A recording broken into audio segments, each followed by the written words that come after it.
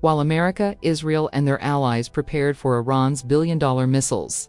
Something far cheaper and far deadlier was quietly taking control. Hundreds of oil tankers are now trapped in the Strait of Hormuz, not by missiles, not by drones, but by a $20,000 piece of rusted iron lying beneath the waves.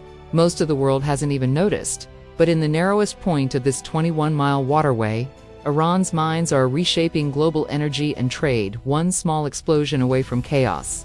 Since early March 2026, the Strait of Hormuz, the gateway for nearly 20 of the world's oil supply, has effectively stopped functioning as a trade route. Hundreds of tankers are anchored off the coast, unable to move. Why? Because while missile threats were the focus, Iran deployed a different strategy: naval mines. Coalition forces led by America, Israel, and allied navies destroyed several Iranian mine layers, but the damage was already done. Small craft, often too small to appear on commercial radar, had already planted mines throughout the strait. Each one is cheap, silent, and devastatingly effective.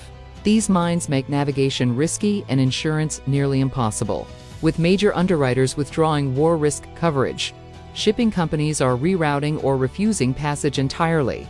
And that's how a handful of $2,000 mines can halt a multi-billion-dollar trade corridor. Here's the harsh reality. Each Patriot missile interceptor costs over $4 million. A single mine costs a few thousand.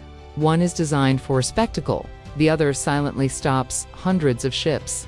Defenses built for missiles, drones, and high-tech strikes are ineffective against small, low-profile, asymmetric threats. Iran has turned the strait into a weaponized choke point, a strategy so simple, yet so devastating it bypasses conventional military power entirely.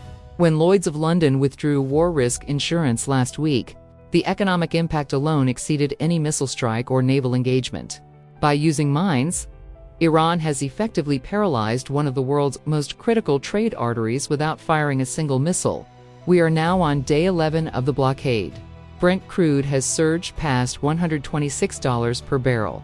More than 80% of Asia's LNG shipments are trapped, unable to reach markets. Tankers sit idle in the Gulf, creating a ripple effect that threatens global energy security. If the strait remains closed past day 15, analysts warn that energy prices will skyrocket. Global shipping costs will soar, and the cost of basic goods could spike worldwide. This isn't just a regional crisis, it is a systemic shock waiting to happen.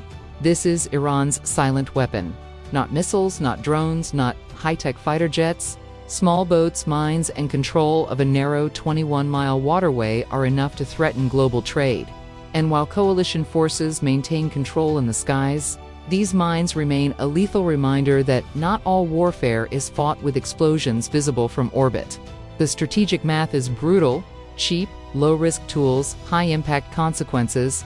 One mine can delay tankers for weeks, forcing reroutes that cost millions in lost revenue and escalating oil prices. America, Israel, and their allies may have neutralized long-range missile threats, but the real challenge lies beneath the waves. The mines in the Strait of Hormuz continue to choke the world's energy arteries.